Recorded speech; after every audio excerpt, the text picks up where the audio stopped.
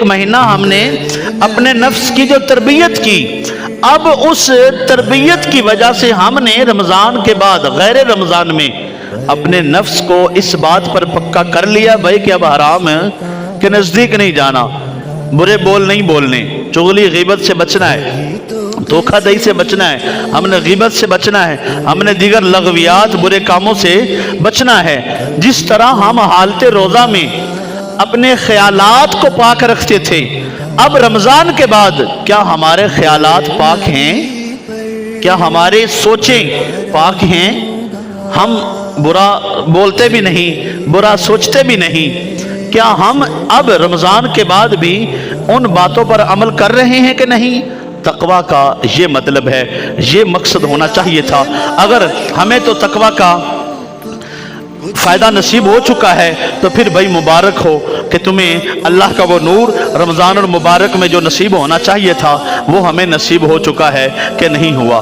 رمضان المبارک کے روزے رکھ کر ہمیں بھوک لگتی تھی تو ہمیں غریبوں کی بھوک یاد آتی تھی، تو ہم غریبوں پر خرچ کرتے تھے، افطاری کروا کر، صدقہ فطر دے کر، زکوٰۃ دے کر ہم غریبوں پر خرچ کرتے تھے۔ تو آیا کیا ہم نے رمضان المبارک کے بعد بھی وہ اسی بات پر قائم ہیں یا ہم نے چھوڑ دیا؟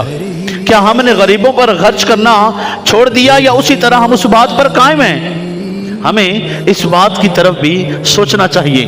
وہی لوگ، وہی دوست، وہی محلے والے، وہی گاؤں والے، وہی ہمارے پاس موجود ہیں، آج بھی انہیں ہماری طلب ہے، آج بھی ان کو ہماری ضرورت ہے کہ ہم اپنے اللہ کے دیے ہوئے رزق سے ان کی مدد کریں، ان کی ضروریات کو پورا کریں، ان پر خرچ کریں۔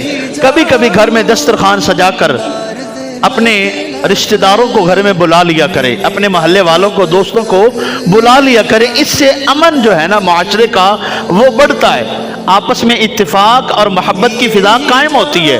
جس طرح ہم رمضان المبارک میں افطاری کے موقع پر ایک دوسرے کو دعوتیں دیا کرتے، تو اسی طرح ہمیں رمضان کے بعد بھی کبھی نہ کبھی ایسا ماحول پیدا کرنا چاہیے، زیادہ کو نہیں تو کم از کم قریبی رشتہ داروں کو بندہ بلا لے، تاکہ رشتہ داریاں، معاملات جو ہے وہ بگڑے نہ، اور ہمارے اسی طرح رمضان کا نور، رمضان کا فیض ہمیں اسی طرح نصیب ہو جائے۔